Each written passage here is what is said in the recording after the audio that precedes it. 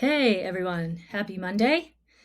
It's Beth Knaus back again from That's a Spade with your Monday Minutes. A little something to think about as you go through your week. And I have been thinking a lot about messaging lately and how can I help people with their messaging. And I want you to know what I see when I'm out there, when I'm working with clients.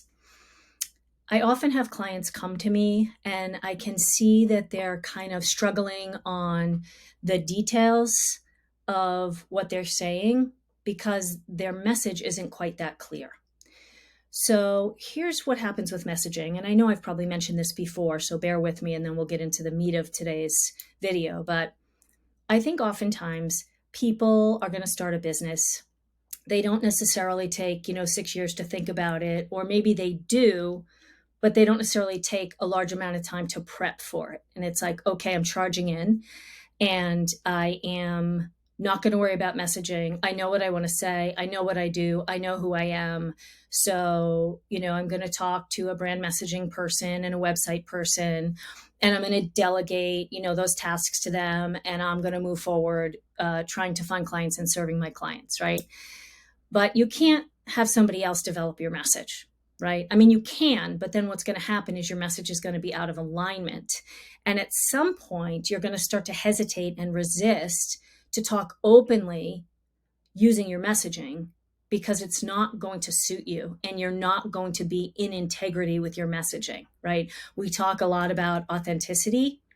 This is an inauthentic move, right? Authenticity is when what you're talking about comes naturally to you because you're clear on your brand and your messaging and how to present that to your best clients in a way that they need to hear it. So the other thing about messaging too, I think, is initially we think, oh, this is a lot, right? If you really dig into questionnaires and messaging and branding and values and things like that, it's kind of a big undertaking. And we're generally doing that while we're undertaking lots of other parts of starting and running a business.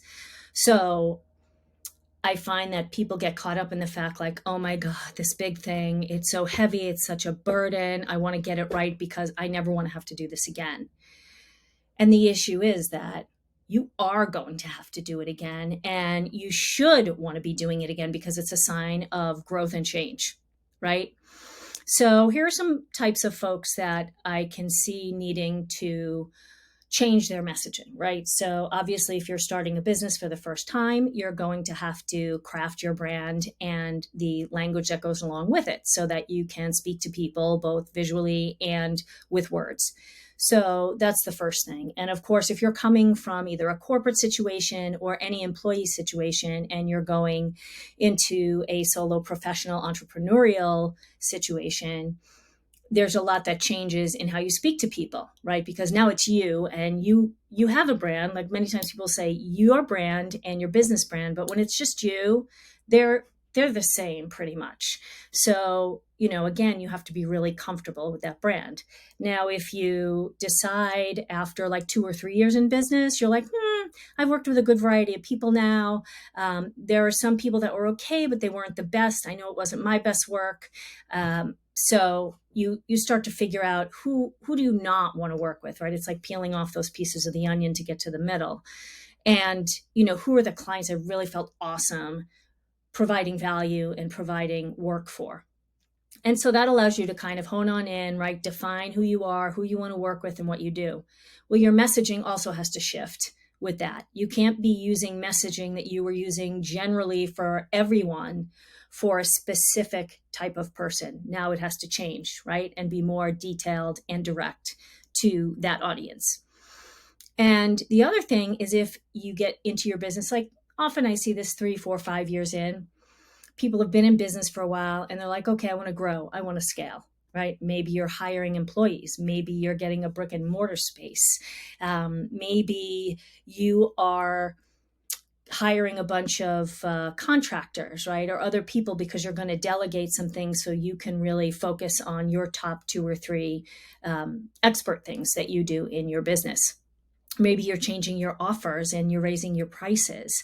All of those things require some sort of change in your messaging, right? your values aren't going to change, and your strengths aren't going to change, and your foundation isn't necessarily going to change. But all of the other things you put out into the interwebs come from that foundation, right? Or they should be coming from that foundation if they're not. So your website copy and your blogs and your emails, right? Your newsletters, your social media, your profiles, your bios, all of that stuff should be coming from a really strong and crystal clear foundation.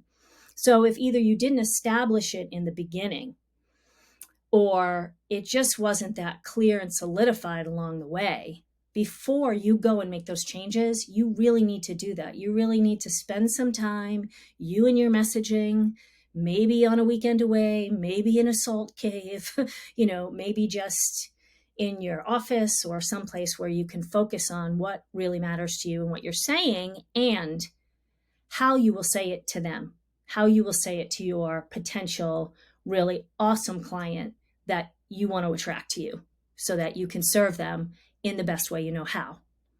So messaging is a thing that can be fluid. It can change all the time. As I said, good news and bad news, it's not concrete.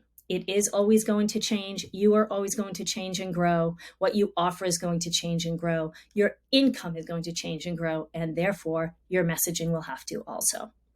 So if you have any questions about that or concerns, or this makes you really kind of anxious or feel a little overwhelmed, by all means, please drop any questions in the comments or send me a private message.